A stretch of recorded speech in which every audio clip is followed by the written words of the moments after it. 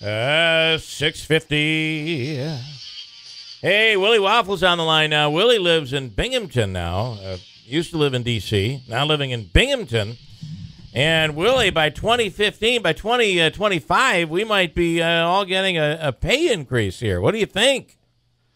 I'm with you. I'm a little bit torn. I mean, I understand that we have a different cost of living upstate. But yeah. There just seems to be something a little unfair by saying, hey, if you move down past this border, you're going to get more money. Yeah. Well, but again, your costs are going to go up. Be? I mean, do you want to be the person who's working like 10 feet from that border? Do you want to be the person who's like, yeah, hey, why do I want to work in this county? If I drive 15 more minutes, I'm going to make a ton more money. Those are the businesses that are really going to be hurting. Well, and it's interesting. The whole minimum wage thing is difficult whenever there's an increase. And I remember when I was starting in radio and I was making $3.35 an hour in 1983, 82, 83. And I remember when the minimum wage went up, and so like the morning guy was probably making, and he was older, and he was probably making, I don't know, $4 an hour. I mean, think about that. And so my wage goes up, whatever year it went up past 335, and I think it went to like 385. And everybody there was like, the morning guy was maybe making $4. It's like, whoa. I was way ahead of him. Now I have to get a raise too. So the guy who was making above minimum wage and woman is saying, I want a raise too. Where's my raise?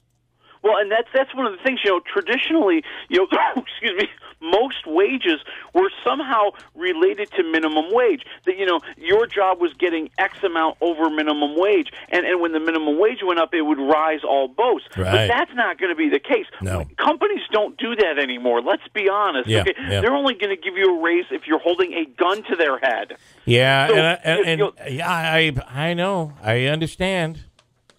I don't know the answer, but yes. Upstate, it may not get to $15 an hour upstate. I mean, they're saying it will. It'll be based on the cost of living and all of that. But we're only going to $12.50 up here by 2022. So there you have it. So we got a long way to go. Long way to go upstate. Enjoy those low property values. Enjoy them while you can. I do have to say this, though. I mean, look, what was the minimum wage in the mid-'70s? I mean, it's taken us this long to get to $9. At least there's a plan to lay this out to incrementally. So you're very positive on the increase in minimum wage. I am, just because at least there's a guaranteed, because it seems like every 4 or 5 years the state comes in and they bump it up 75 cents. But at 50 cents per year, that's a better, that's moving along at a better pace than 75 cents every 3 or 4 years. So I do think there's some good here, a lot of good. Yeah, Willie, go. If we stick to it. I mean, if there's one thing we've learned in this world, there are a lot of promises. Believe it when it actually happens. What's going to happen 2 years down the road when somebody goes, raising the minimum wage another 50 cents this year is going to cause a lot of problems. Or there's somebody else, Cuomo's off trying to run for president or something, and then somebody else is in here. You just don't know. And oh, by the way, Cuomo might be needing to run for president if Hillary loses to Bernie Sanders coming up on the 19th of the month. Well, and I'll even throw out there, I worry that as we raise the minimum wage, you're going to see some minimum wage jobs go away. I mean, come on. One of the most shocking things that I saw this weekend, I went out to dinner at a restaurant, and there's like a touchpad ordering system. I'm thinking, you're trying to get rid of waiters and waitresses? My God. What are you eating at Applebee's for? These companies can get to eliminate a human being, they're taking it. I will tell you that the last time there was a minimum wage increase, I was an employer and I had employees, and there were people on staff that had that went through a pay increase, and people that were making more. Supervisors, they had an issue with the fact that somebody below them was getting an increase and they weren't. So everybody got kind of bumped. So it was a chance for me to look at it differently. So if you're a business owner, if you're a pizzeria, and you're not paying your people minimum wage, or you're paying them just minimum wage, it affects prices. It's where do I take this out of my pocket, or do I raise the cost of a slice of pizza? There are different ways of looking at this. If you're a business owner, probably not looking at it like Manaski is that it's about time. As a matter of fact, they would just probably rather have no minimum at all and let the market decide, right? So that's right. They're going to come after that Bernie Sanders loving Manaski. Yeah. Well, and I'll tell you this, to be completely honest, I'm saying I'm for this. I don't think I make $15 an hour. I think if you hashed it out and you broke it down by hour, I don't think I make. I don't think you make $9 an hour. You're probably if right. you break it down by hour, that would be very unfair in this business because we even at 40 hours a week. I don't think I do. I got to check. Right. I'm not sure you should be sharing that. Now listen, I'm being honest here, folks.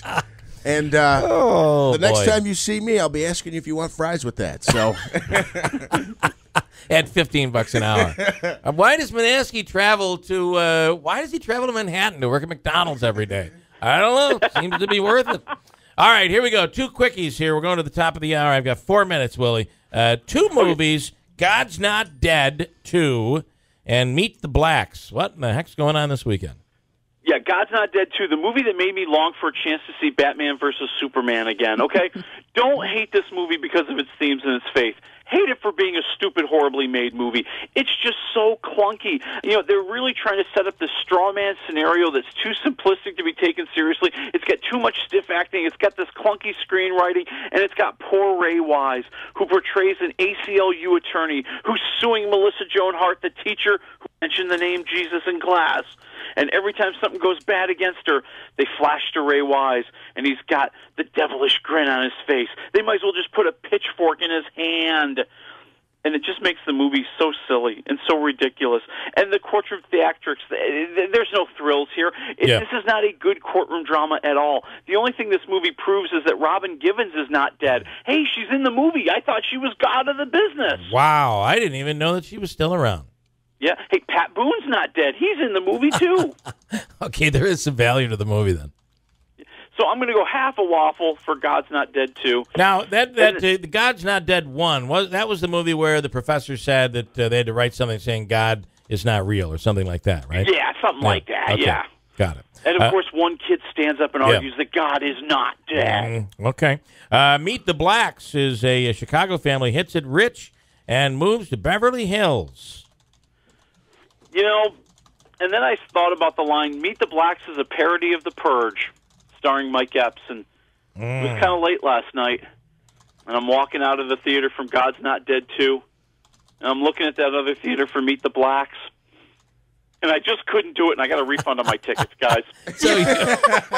So you didn't even watch it. I don't blame you. I wouldn't blame you, though.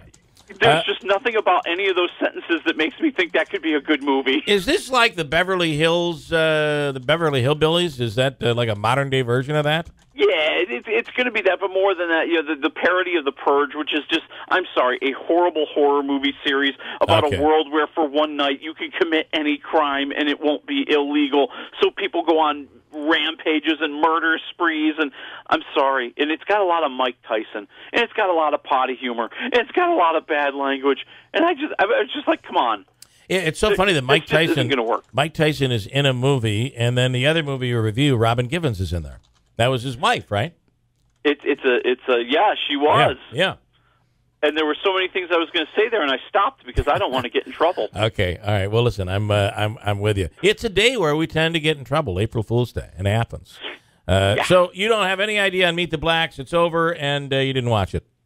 Yeah, okay. You go at your own peril. Something tells me maybe 1% of you were thinking about going. Okay, all right, Willie. Good stuff. Enjoy the weekend, and go Syracuse. We'll talk to you next week.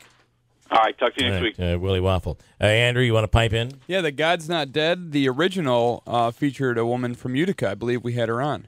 Oh, I do remember that. Yeah, I remember that. Trish, it's on the tip of my tongue. Yeah, I'm sure we can find anyway, at the end of the day, he doesn't like that one much at all. A half a waffle, which you don't see coming out of Willie's mouth all Trisha that much. LaFoche. Hold tight. Listen, coming up next hour, we'll talk to Brandon Lang. Brad Davies, who used to work here and work with me, is coming on. We're going to talk about Syracuse. Brad, of course, is living in Houston, or we refer to it as Houston.